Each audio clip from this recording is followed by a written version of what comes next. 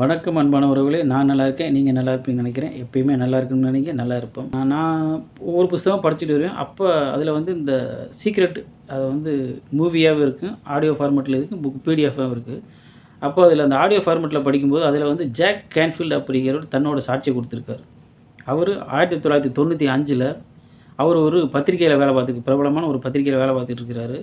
வேலை பார்த்துட்டு இருக்கும்போது குறைஞ்ச சம்பளம், வருஷத்துக்கு $8000 சம்பளத்தில் வேலை பார்த்துட்டு இருக்காரு. அப்போ அவருக்கு என்ன அப்படின்னா, ஒரு பயங்கரமான பிரம்மாண்டமான வீட்டில் நம்ம குடியிருக்கணும் அப்படின்னு அவருக்கு ஆசை. அதுக்காக என்ன பண்ணுறாருன்னா, அந்த வீடு எப்படி இருக்குன்னு, இவரோட ரூம் எப்படி இருக்குன்னு அப்படின்னு சொல்லி விசுவலைசேஷன் பண்ணி அதை வரைஞ்சி அவர் இப்போ ஒரு தற்காலிகமாக குடியிருக்கிற ரூமில் ஒட்டி வச்சுருவார். ஒட்டி வச்சுருக்கும்போது அப்புறம் வேலை நிமித்தமாக இன்னொரு இடத்துக்கு காலி பண்ணி போயிடுறாங்க. காலி பண்ணிட்டு போய் ஒரு வீட்டில் குடியிருக்கும்போது இவர் ஒர்க் பண்ணிகிட்ருக்காரு. அப்போ இவரோட பையன் ஒரு அட்டைப்பெட்டி மேலே இந்த பழைய திங்ஸ் எல்லாம் போட்டு வைக்கணும், அந்த மாதிரி அட்டைப்பெட்டியில் உட்காந்து அந்த அட்டைப்பெட்டி டம்முன்னு அடிச்சிட்டு இருக்கேன். அப்போ இவர் கொஞ்சம் சும்மா தான் இருப்பா, ஏன்டா இப்படி டிஸ்டர்ப் பண்ணுறேன், நான் அப்பா வேலை பார்க்குறேன் அப்படின்னு. அப்பா இது அட்டைப்பெட்டியில் என்னப்பா இருக்குது அப்படின்னா, அது நான் விசுவலைசேஷன் பண்ணி வச்சதெல்லாம் அதை நான் ட்ராயிங் பண்ணி வச்சதை நான் வச்சுருக்கேன் அப்படின்னா என்னப்பான்னு இருக்கேன். இவருக்கு விசுவலைசேஷன் அப்படின்னா இவர் சொல்லி புரிய வைக்கிற அளவுக்கு அவனுக்கு வயசு பத்தாது, ஏன்னா ரொம்ப சின்ன வயசு. சரி வா அப்படின்ட்டு போய் அந்த அட்டைப்பெட்டியை பிரித்து காட்டியிருக்காரு. பிரித்து காட்டினா இவர் என்ன மாதிரி வீட்டில் குடியிருக்கணும் அப்படின்னு நினச்சாரோ அந்த டிராயிங்கை அந்த அட்டைப்பெட்டியில் வரைஞ்சி வச்சுருந்துருக்காரு.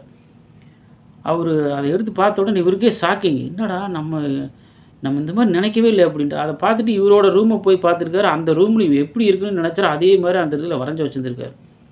அதாவது இந்த மாதிரி ரூமில் வீட்டில் குடியிருக்கணும் அப்படின்னு தன்னை எமோஷனலாக அவர் வேண்டிக்கிட்டே இருப்பார். இந்த மாதிரி வீட்டுக்கு நான் போகணும், இந்த மாதிரி வீட்டுக்கு போகணும் அப்படின்னு. அதே மாதிரி அந்த வீட்டுக்கு போயிட்டார், அந்த வீட்டை அடைஞ்சிட்டார். அப்போ இவரையும் அறியாமல் கண்ணில் தண்ணியாக வந்துக்கிட்டு இருக்குது. என்னப்பா அழுகிறீங்க அப்படின்னோடனே அவனுக்கு சொல்லி புரிய வைக்க முடியல. அந்த சமயத்தில் இவருக்கு வருஷத்துக்கு $8000 சம்பளம். அதை $1,00,000 ஆக்கணும் அப்படிங்கிறதுக்காக என்ன பண்ணுறாரு அப்படின்னா, ஒரு பெரிய பேப்பரில் ஒரு A4 ஷீட்னு வைங்க, அந்த A4 ஷீட்டில் $1,00,000 அப்படின்னு சொல்லி எழுதி வீட்டில் இவர் எங்கெங்கெல்லாம் பார்க்குறாரு அங்கெல்லாம் ஒட்டி வைக்கிறார். அப்போ அதை பார்க்கும்போதெல்லாம் அந்த $1,00,000 வருஷத்துக்கு சம்பாதிக்கணும். எப்போ 1995 அந்த ரேஞ்சில் வருஷம் $1,00,000 எங்கே போகிறது, சம்பாதிக்கணும் முடிவு பண்ணிட்டார். சம்பாதிச்சே தீரும் அப்படின்ட்டு. அந்த சமயத்தில் இவருக்கு ஒரு ஞாபகம் வருது, ஒரு பிரபலமான பத்திரிகை ஒன்று இருக்குது, அந்த பத்திரிகையில் விளம்பரம் கொடுத்து நம்ம $1,00,000 சம்பாதிச்சிடலாம் அப்படின்ட்டு. ஆனால் எப்படி என்ன பண்ணுறதுன்னு தெரியல.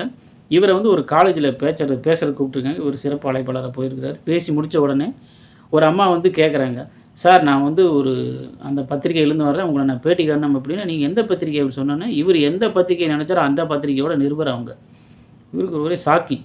ஓகே அப்படின்ட்டு அவங்க இன்டர்வியூ கொடுத்துறாரு. இன்டர்வியூ கொடுத்து முடித்த உடனே இவரோட புக்கு இவர் ஒரு புக் எழுதியிருக்காரு. அந்த புக்கை அதாவது $0.25 சேல் பண்ணுறாரு. மொத்தம் 4 லட்சம் புக்கை $0.25 சேல் பண்ணி $1,00,000 ஏர்ன் பண்ணிட்டார். $1,00,000 ஏர்ன் பண்ணிட்டேன்னு வீட்டில் போய் சொன்ன உடனே அந்த வீட்டுக்காரம்மா எல்லா வீட்லேயும் சொன்ன மாதிரி ரொம்ப நக்கலை, 1,00,000 சம்பாதிச்சிட்டீங்க, 1 மில்லியனை சம்பாதிக்கப்பாங்க அப்படின்ட்டு. அவர் சொல்லியிருக்கிறாரு, தெரியல ஆனால் நான் முயற்சி பண்ணுறேன் அப்படின்ட்டார்.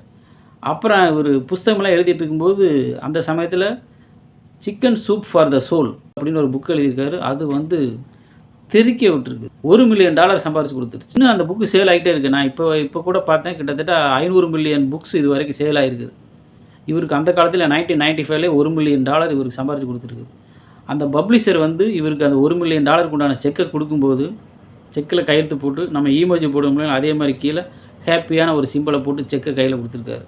அந்த செக்கை வாங்கும்போது கண்ணீரோடு பார்த்துருக்குறாரு. அப்பா நம்ம என்ன கேட்டாலும் இந்த பிரபஞ்சம் கொடுக்க தயாராக இருக்குது அப்படின்ட்டு. பாருங்கள், ஒரு அழகான கனவு வீட்டை நினச்சாரு, வாங்கிட்டார். $1,00,000 சம்பாதிக்க நினச்சார், சம்பாதிச்சிட்டார். $1 மில்லியன் சம்பாதிக்க நினச்சார், சம்பாதிச்சிட்டார். அந்த மாதிரி நீங்கள் எமோஷனலாக பிரபஞ்சத்திட்ட கனெக்ட் ஆகுங்க, நிச்சயமாக கிடைக்கும். நிறைய பேர் அந்த சீக்ரெட் மூவிலெல்லாம் அத்தனை பேர் தன்னோட சாட்சி எனக்கு கொடுத்துருக்காங்க. அந்த மாதிரி நீங்கள் சீக்கிரம் அதாவது எமோஷனலாக கனெக்ட் ஆகும், உங்களுக்கு என்ன வேணும் அப்படிங்கிறத பிரபஞ்சத்திட்ட கரெக்டாக சொல்லுங்கள், நிச்சயமாக கொடுக்கும். Thank you very much.